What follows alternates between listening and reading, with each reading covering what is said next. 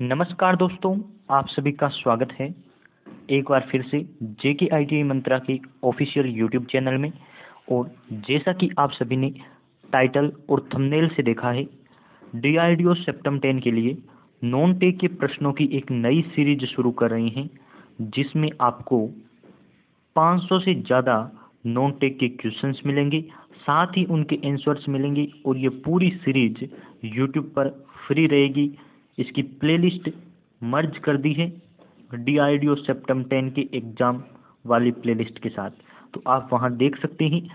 आज हमारा जो पहला पार्ट रहेगा, इसमें हम जनरल अवेयरनेस, रीजनिंग, मैथ्स और इंग्लिश के लगभग 50 प्लस ऑब्जेक्टिव टाइप क्वेश्चन करेंगे, तो लास्ट तक जरूर देखिए। चैनल पर पहली बार आए हैं तो इसे सब्सक्राइब कर लीजिए और हो सके तो अपने ग्रुप्स में शेयर कर दीजिए ताकि अच्छा रिस्पांस मिले और हम आपके लिए इसी प्रकार की इम्पोर्टेंट वीडियोज क्वेश्चंस लेकर उपस्थित होते रहें। इससे पहले यदि आप हमारे चैनल पर पहली बार आए हैं तो आपके लिए इम्पोर्टेंट नोटिस है। हमने डीआरडीओ एंड यूपीपीसीएल TG2 नाम की एक प्लेलिस्ट बनाई है, जिसमें 25 प्लस वीडियोज अपलोड कर चुके हैं। नॉन टेक के क्वेश्चंस है तो आप सभी के लिए बहुत ज़्यादा इम्पोर्टेंट रहेंगे।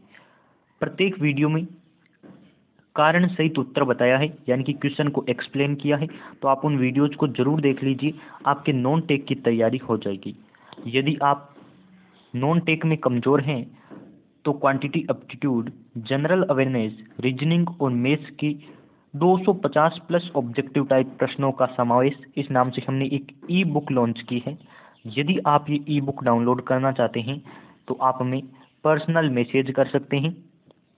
उसके लिए क्या आपको पता होना चाहिए वो ध्यान कर लीजिए। या तो आप डायरेक्ट इस QR कोड को स्कैन करके हमें मैसेज कर सकते हैं, ये आपको स्क्रीन पर दिखाई दे रहा है, आप स्क्रीनशॉट ले लीजिए और इसे स्कैन कीजिए। आप डायरेक्ट हमारे टेलीग्राम पर पहुंच जाएंगे, वहां आपको मैसेज करना है। दूसरा, आप हमें डायरेक्ट टेलीग्राम पर मैसेज कर सकते हैं। आपको ये सर्च करना है जेके शर्मा 1011 या फिर जेके ITI मंत्रा, इस प्रकार से आप टेलीग्राम पर सर्च कीजिए। हमारा होम पेज आपको दिखाई देगा, वहां आप डायरेक्ट मैसेज कर सकते हैं। साथ ही यदि आप टेलीग्राम यूज नहीं करते हैं तो आप हमें इंस्टाग्राम पर सर्च कर सकते हैं। यूजर नेम 2 है हमारे, जेके शर्मा 1011 या फिर जेके ITI मंत्रा, किसी नाम से सर्च कर लीजिए। इंस्टाग्राम, टेलीग्राम आप हमें मैसेज कर सकते हैं, आपको बुक मिल जाएगी जिसमें आपको नॉन टेक की क्वेश्चंस विद आंसर मिलने वाले हैं, तो आपकी बहुत अच्छी तैयारी हो जाएगी। चलिए शुरू करते हैं आज के वीडियो को, जिसमें आपको 50 प्लस ऑब्जेक्टिव टाइप क्वेश्चन देखने को मिलेंगे। लास्ट तक जरूर देखिए, क्योंकि आप जितना सीखेंगे आपके लिए बेटर है। जनरल अवेयरनेस का कोई पोर्शन फिक्स नहीं होता कि इसी टॉपिक से क्वेश्चन आएंगे। जनरल अवेयरनेस बहुत बड़ा टॉपिक है, कहीं से भी क्वेश्चन उठा सकते हैं, तो आपको प्रत्येक क्वेश्चन पता होने चाहिए। जहां से आप जितना पढ़ सकते हैं पढ़ लीजिए। तो क्वेश्चन नंबर 1 आपकी स्क्रीन पर है, भारत का सबसे लंबी सुरंग कौन सी है? तो 4 ऑप्शन दे रखे हैं और जैसा कि आप सभी को पता है, ऑप्शन नंबर ए इसका सही आंसर है। चेनानी एंड नेसारी सुरंग भारत की सबसे लंबी सुरंग की श्रेणी में आती है। ऑप्शन नंबर ए इसका सही आंसर रहेगा। फास्ट स्पीड से क्वेश्चंस करेंगे ताकि कम समय में अधिक क्वेश्चन सोल्व हो। क्वेश्चन विद आंसर करेंगे तो आप इस क्वेश्चन का स्क्रीनशॉट ले सकते हैं, नहीं तो आप डायरेक्ट इसको याद कर सकते हैं। अपनी कॉपी में नोट कीजिए, क्योंकि नोट करने से ज़्यादा याद रहता है। दूसरा क्वेश्चन दे रखा है, भारत का सबसे लंबा बांध कौन सा है? तो आप सभी को बांध सब याद होंगे। नागार्जुन सागर आंध्र प्रदेश में है, हीराकुंड, भाखड़ा नागल, इंदिरा गांधी सागर, ये सारे बांध आपको याद होंगे। इनके बारे में डिटेल से पढ़ा होगा, नहीं पढ़ा है तो अभी जाकर पढ़ लीजिए, क्योंकि आपकी स्क्रीन पर क्वेश्चन कुछ और है। हो सकता है इस बार आपको एग्जाम में क्वेश्चन पूछ ले, नागार्जुन सागर बांध कहाँ है, भाखड़ा नागल बांध की विशेषता पूछ ले, तो आपको इन सभी के बारे में डिटेल से पढ़ना चाहिए। इसका ऑप्शन नंबर सी आंसर रहेगा कि भाखड़ा नागल जो बांध है वो आपकी कहाँ है, तो आप कहेंगे हीराकुंड बांध भारत का सबसे लंबा बांध है। आप सभी को पता चल गया। दूसरा क्वेश्चन आपको दे रखा है, यानी कि नेक्स्ट क्वेश्चन है क्वेश्चन नंबर 3, भारत का सबसे लंबी या सबसे चौड़ी नदी कौन सी है? तो आप सभी को पता है ब्रह्मपुत्र, और ये पश्चिम बंगाल में जो डेल्टा बनाती है वो भी ज़्यादा इंपॉर्टेंट है कि ब्रह्मपुत्र नदी पश्चिम बंगाल में कौन सा डेल्टा बनाती है? तो आप कहेंगे सुंदरवन का डेल्टा, जो सबसे बड़ा डेल्टा है सुंदरवन डेल्टा, ये आप याद कर लीजिए। सबसे बड़ा डेल्टा ब्रह्मपुत्र नदी द्वारा बनाया जाता है और सबसे चौड़ी नदी भी यही है। क्वेश्चन है आपके सामने, भारत का सबसे लंबी नदी कौन सी है? एक तो ये क्वेश्चन गलत लिख रखे हैं, भारत की सबसे लंबी नदी कौन सी है? तो आप कहेंगे गंगा नदी सबसे लंबी नदी है। यही आपको रट लेना है कि गंगा नदी सबसे लंबी नदी है। यदि इजी क्वेश्चन आएगा तो इस प्रकार से आपको देखने को मिल जाएगा। वर्तमान भारत में कुल कितने राज्य हैं? तो आप सभी को पता होगा 28 आपके स्टेट्स हैं, याद कर लीजिए। पहले 29 थी, अभी 28 हो गई हैं, यानी कि आपको याद कर लेनी है। 27 थी क्या? हाँ, तो ये आप याद कर लीजिए। वर्तमान में कितने, ये आपसे पूछे जाएंगे। अगला जो आपका क्वेश्चन है, भारत में सबसे पहले सूर्य किस राज्य में उदय होता है या फिर निकलता है? तो ये क्वेश्चन आई थिंक आप में से अधिकांश को याद है। अरुणाचल प्रदेश में भारत में सबसे पहले सूर्योदय होता है। तो ऑप्शन नंबर आपका यही सही होगा, अरुणाचल प्रदेश। इंसुलिन का प्रयोग किस बीमारी के उपचार में किया जाता है? तो मधुमेह आपका राइट आंसर रहेगा। इंसुलिन का प्रयोग मधुमेह बीमारी के उपचार में किया जाता है। ये क्वेश्चन आपके जरूर छपेगा। नेक्स्ट जो क्वेश्चन आपको दे रखा है, बिहू किस राज्य में प्रसिद्ध है, या बिहू किस राज्य का आपको पूछा जाएगा। त्योहार है, फेस्टिवल है, तो फेस्टिवल वाला एक क्वेश्चन जरूर छपेगा। आप सभी फेस्टिवल को पढ़ लीजिए। हमने जो ई बुक जारी की है और नेक्स्ट एक और ई बुक जारी करने की सोच रहे हैं कि एग्जाम से पहले 1000+ ऑब्जेक्टिव टाइप क्वेश्चंस की बुक जारी कर दें। उसमें हम सारे त्योहार आपको शामिल करके देंगे, और जिसने भी ये पहले वाली बुक ली है उसको फ्री में हम पीडीएफ प्रोवाइड करवाएंगे, जिसमें सारी फेस्टिवल और इम्पोर्टेंट जो है वो नोट्स भी उनको फ्री में अब सेंड करेंगे। अभी हमने पीडीएफ नहीं बनाई है लेकिन सेंड जरूर करेंगे। तो ऑप्शन नंबर आपका यही है, असम बिहू राज्य का प्रसिद्ध है। बिहू असम राज्य का प्रसिद्ध है। कौन सा विटामिन आंवले में प्रचुर मात्रा में होता है? तो जिसमें खटाई होती है ना, यानी कि जो खट्टा होता है उसमें विटामिन सी होता है। अब एक और क्वेश्चन आता है, वो आपको जरूर याद करना है। क्वेश्चन क्या है मैं आपको अलग पेन से लिख के बता देता हूँ। क्वेश्चन ये आता है कि निम्न में से कौन सा विटामिन पानी में घुलनशील नहीं है? तो इसकी ट्रिक बताता हूँ। भैंस गई पानी में, आपको ये याद रखना है। भैंस गई पानी में बहुत ज़्यादा इंपॉर्टेंट ट्रिक है।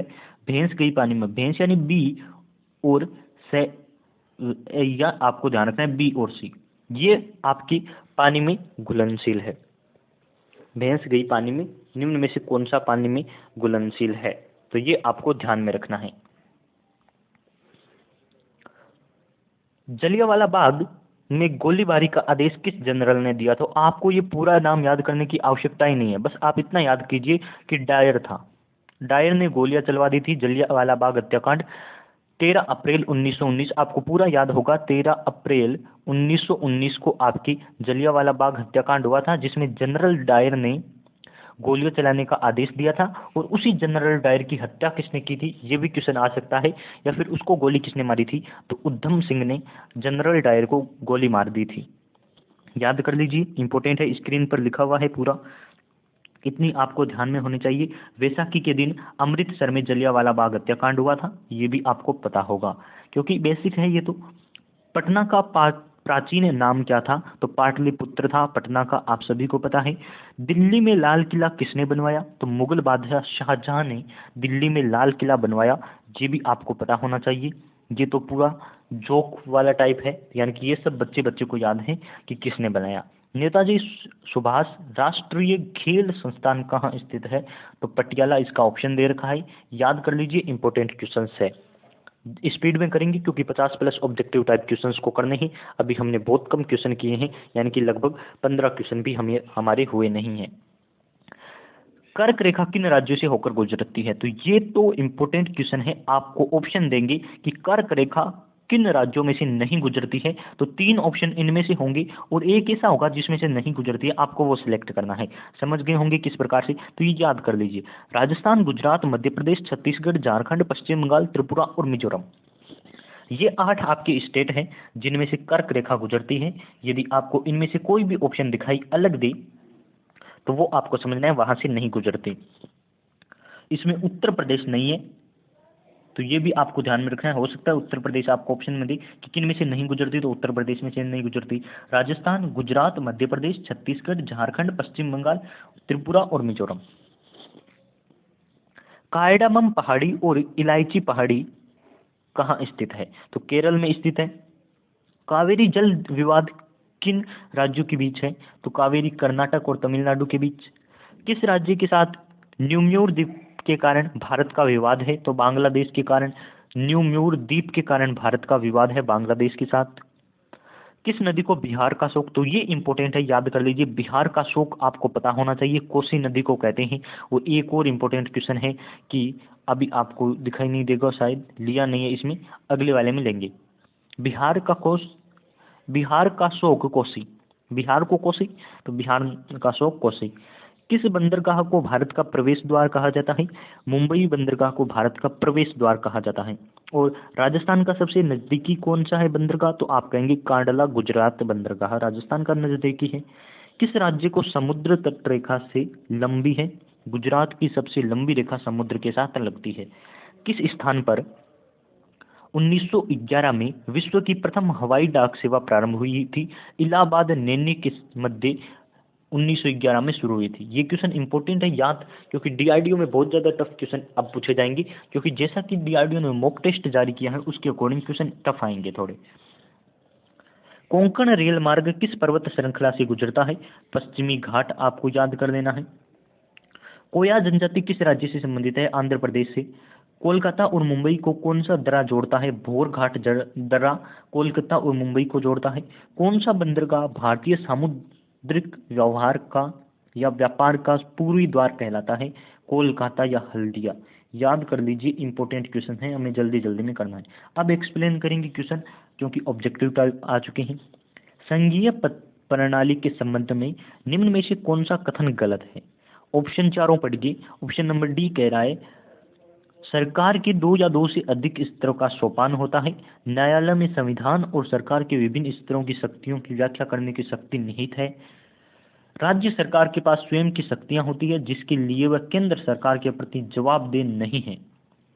और ऑप्शन नंबर ए दे रखा है केंद्र सरकार प्रांतीय या स्थानीय सरकार को आदेश पारित करती है। तो ये आपके कथन गलत दे रखा है, इजीली कर सकते हैं, प्रीवियस ईयर के एग्जाम में ये पूछा गया था। अब जो क्वेश्चन दे रखा है वो बहुत ज़्यादा इंपॉर्टेंट है। मैंने क्यों लिया है? क्योंकि आज तक जितने भी एग्जाम होते हैं उसमें पूछा जाता है कि प्लासी का युद्ध कब हुआ, तो आप कहते हैं 1757। 1757। दूसरा क्वेश्चन पूछता है कि बक्सर का युद्ध कब होता है, तो आप कहेंगे 1768। बस दो क्वेश्चन आपको पूछे जाते हैं। लेकिन अब जो इंपॉर्टेंट क्वेश्चन आने लगा है वो है वांडीवास का युद्ध कब होता है। वांडीवास का युद्ध आपको पता होना चाहिए, 1760 में आता है। इंपॉर्टेंट क्वेश्चन है, आज तक नहीं पढ़ा होगा, अब पढ़ लीजिए इसे। नीचे दी गई श्रृंखला में आपको क्वेश्चन पूछा है कि अगली संख्या क्या होगी, तो इंपॉर्टेंट वाला क्वेश्चन है, एक बार फिर से मैं आपको बता दूं। नीचे दी गई श्रृंखला में किस प्रकार से आंसर लाएंगे, तो आप कहेंगे 5 से 3 बढ़कर 8 आया है, फिर 8 के दूनी हुआ है 16, 2 से मल्टीप्लाई किया है, 16 में फिर 3 ऐड हुआ है और 19 का 2 गुणा करके 38 लिखा है, 38 में फिर 3 ऐड किया है और अब हमें 41 का 2 गुना करना है, तो 41 का 2 गुना 82 होता है। इजीली आप आंसर निकाल सकते हैं, किसी को इसमें प्रॉब्लम नहीं होगी।